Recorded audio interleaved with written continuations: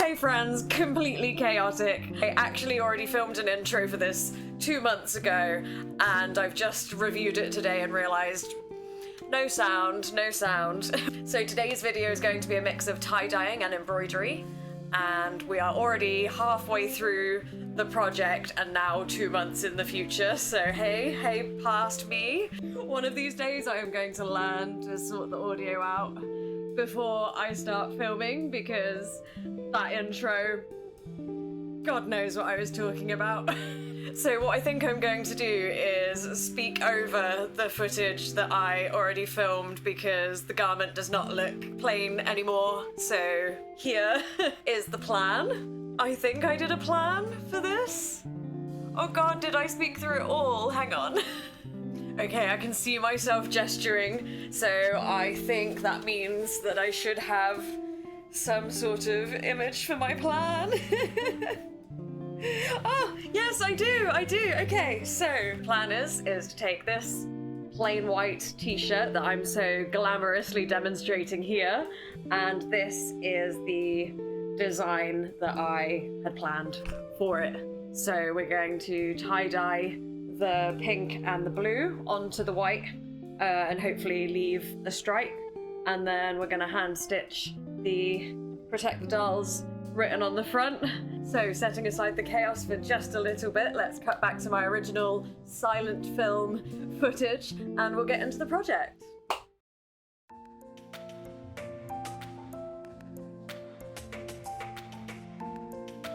So, you know the drill by now. I lay out the t-shirt flat, and in the top right corner, I begin to scrunch the fabric vaguely and add some rubber bands to it. There was a lot less to work with on this piece, so it goes together pretty quickly. Then I repeat the process on the bottom left, leaving the central section plain, as this will remain white. All I needed was some pink and blue, so once they're filled, I begin by spattering it onto one rubber banded corner. Being such a small garment, I really didn't need to use much, and once it's done, I use my fingers just to blot and buff some of it out.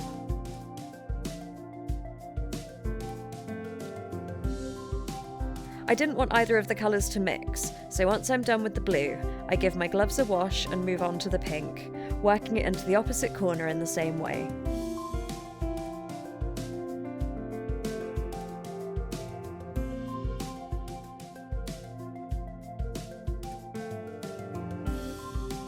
Once that's done, I put each end into a separate bag so they don't mix and leave it for 24 hours. Okay, it is day 2. The tie-dye has been on for about 20 hours. I think that it's been long enough, so what I'm going to do is rinse it out with cold until it runs clear, and then rinse it out with hot until it runs clear, and then we're going to have a look at it.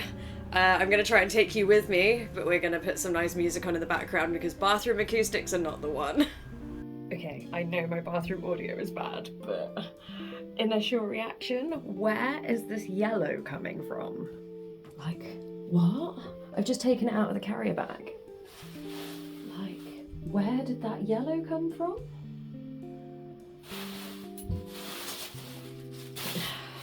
Gonna give it a rinse out and let's see. While I'm rinsing, I'm making sure to do one side first and then the other, as I just know that blue would stain everything it touched.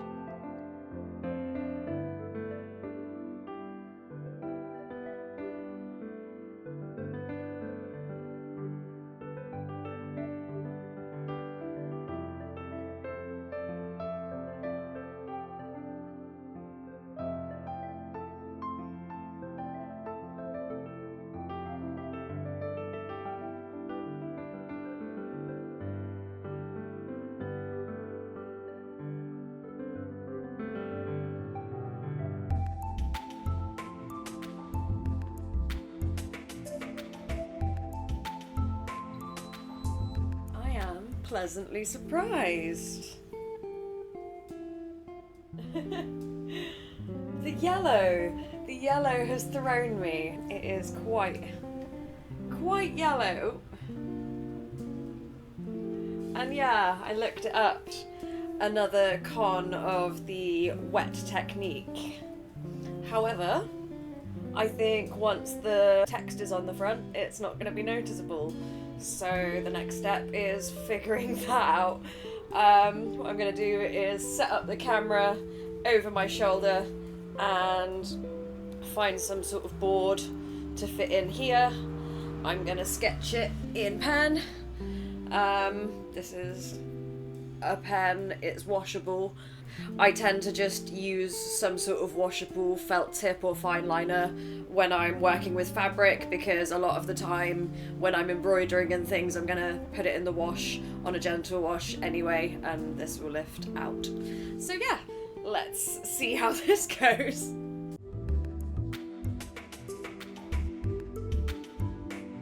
Now, what I want is for no one to mention the obvious.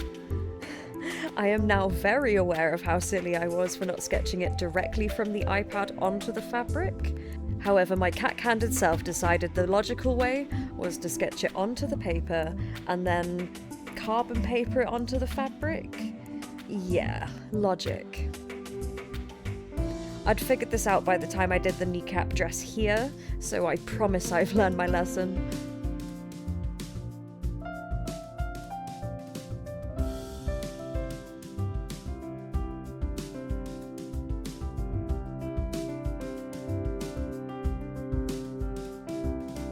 Once the carbon paper had left the most underwhelming mark on the fabric, I then draw over it with pen so I can see it clearer.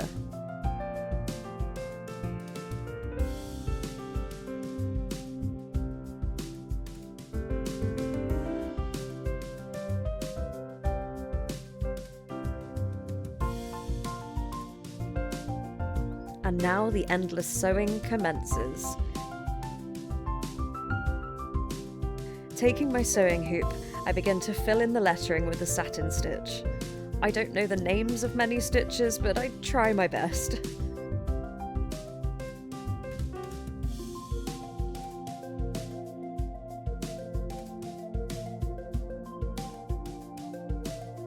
Okay, it is day 3. I had to give up with it last night. This is a very light cotton, and it's also got a stretch to it, and it's just been impossible. So I spoke to a couple experts and I picked up some stitch and tear, and that should, in theory, make it easier to stitch into this, and once it's all done I can just snip.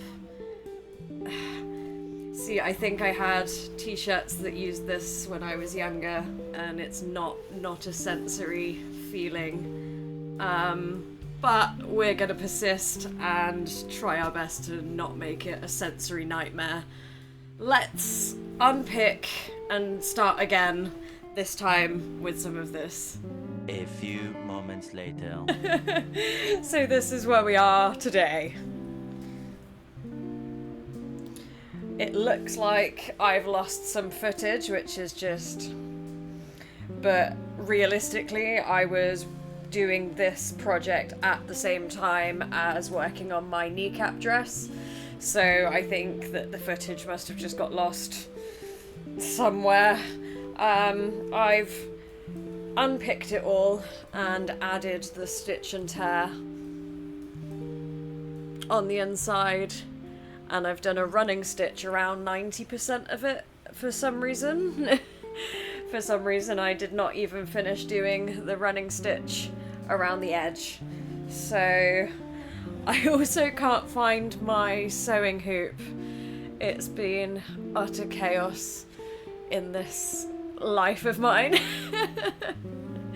So once I find the sewing hoop, she'll be going back in the sewing hoop and I will finish off all of the sewing, and hopefully it won't take me another 2 months. So, reminiscent of the intro, let's go. Oh, I missed. Okay, so it's been like another week. I absolutely tore my flat apart trying to find my sewing hoop. I had no idea what had happened to it. I thought that pixies had stolen it, Like, when I say I was going through everything, I was going through everything, and it didn't turn up, and I was so stressed, I threw in the towel and I gave up. And like, a few hours after a very stressful situation, I will show you where it was, and we can all laugh at how stupid I was. 2 seconds, let's see if I can... So this is my TV, and I'm looking very short and stumpy in it. But look, behind my TV, hung up on a wall sconce. What the hell? So I'm actually gonna get it now. So finally, we are complete with sewing hoop and sewing project. So we are going to marry the two and finish this off today. Today is the day.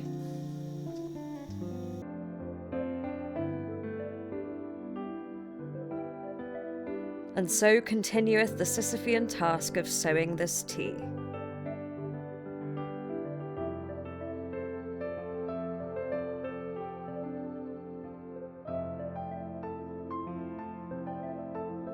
I finish off the running stitch around the edge and then start satin stitching to fill in the space. I must admit it looks so satisfying in time-lapse form, but it took so much longer than anticipated.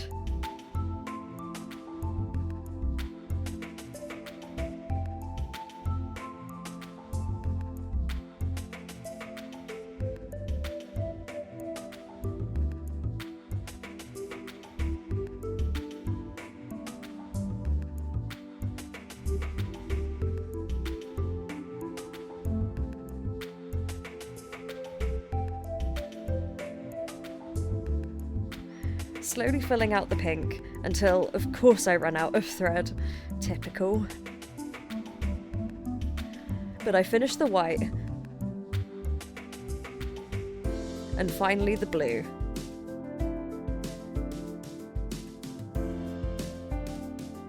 But at this point, it was late and my fingers hurt, so I rested. Alrighty, so of course we ran out of thread yesterday. However, I have just pulled out my needle. Great. Where did that go? Okay, there. Technical difficulties.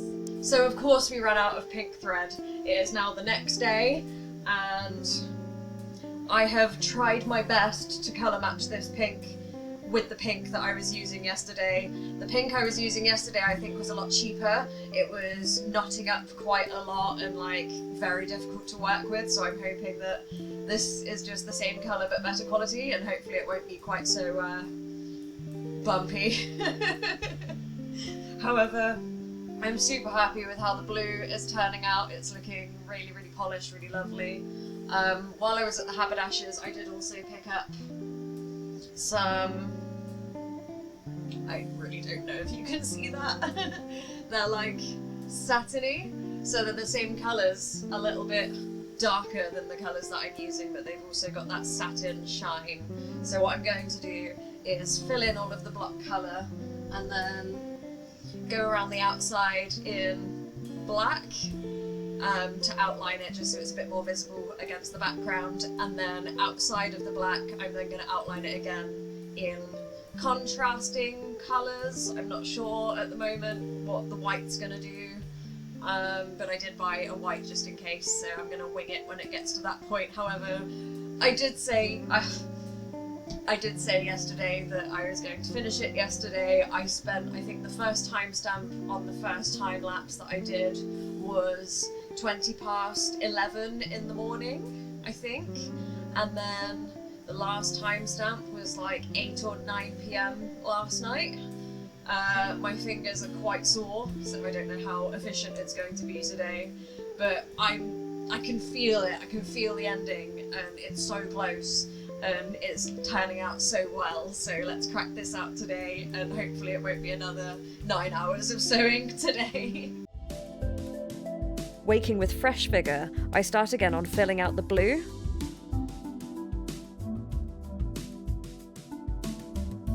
And the pink.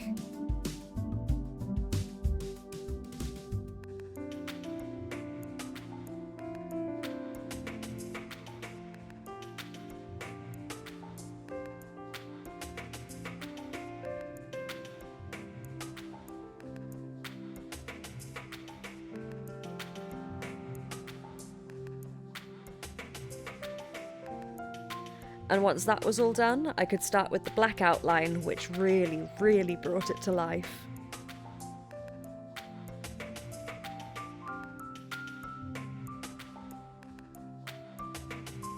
Around and around I stitch, and while my fingers hurt, I am still loving how this is turning out.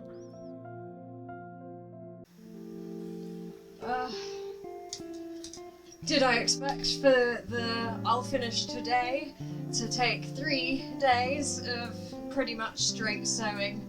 Absolutely not. My fingies are really sore now, however, it is looking so good, so I'm almost certain I'm going to get it done today. Let's actually touch wood this time. What I'm going to do is throw a film on the telly and crack this out, finish this off. Today! I was really hoping this would be in the editing stages so that it could be posted today, but no, so this project has been nothing if not chaotic, but we are rolling with it, we're going to crack it out, let's go.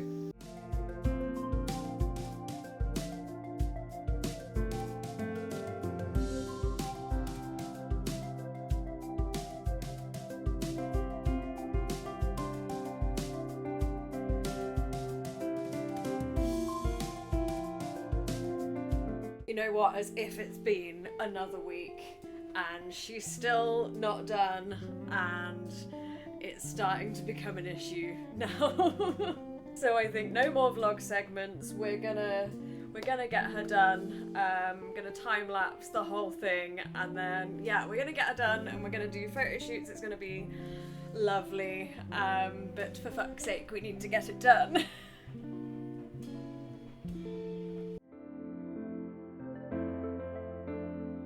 Being a neurodiverse queen, it's tough to focus when one simply cannot. But indeed, I sewed, and I sewed, and sewed until the black outline was complete.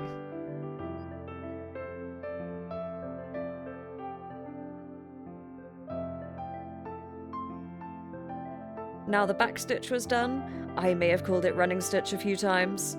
I re-go around turning it into what I think is a stem stitch. It just helps the outline look more cohesive.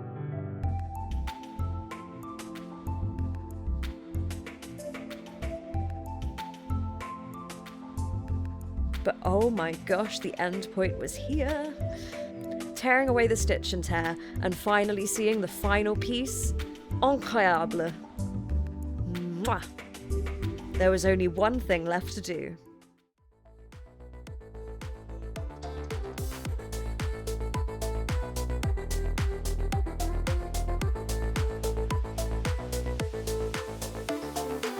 Can you tell I am feeling myself? Oh my goodness, this was so worth the work, and I absolutely adore it.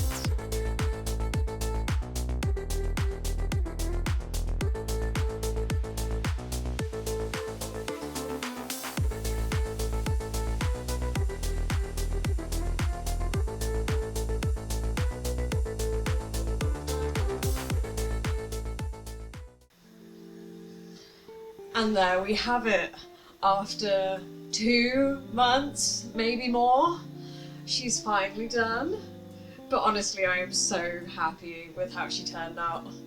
Like, it might have been a bit rough and bumpy the whole way, and like the stitching itself is certainly a little bit bumpy in places, but I'm super happy with how it looks. I'm super happy with the photos that I took of it in the reveal section.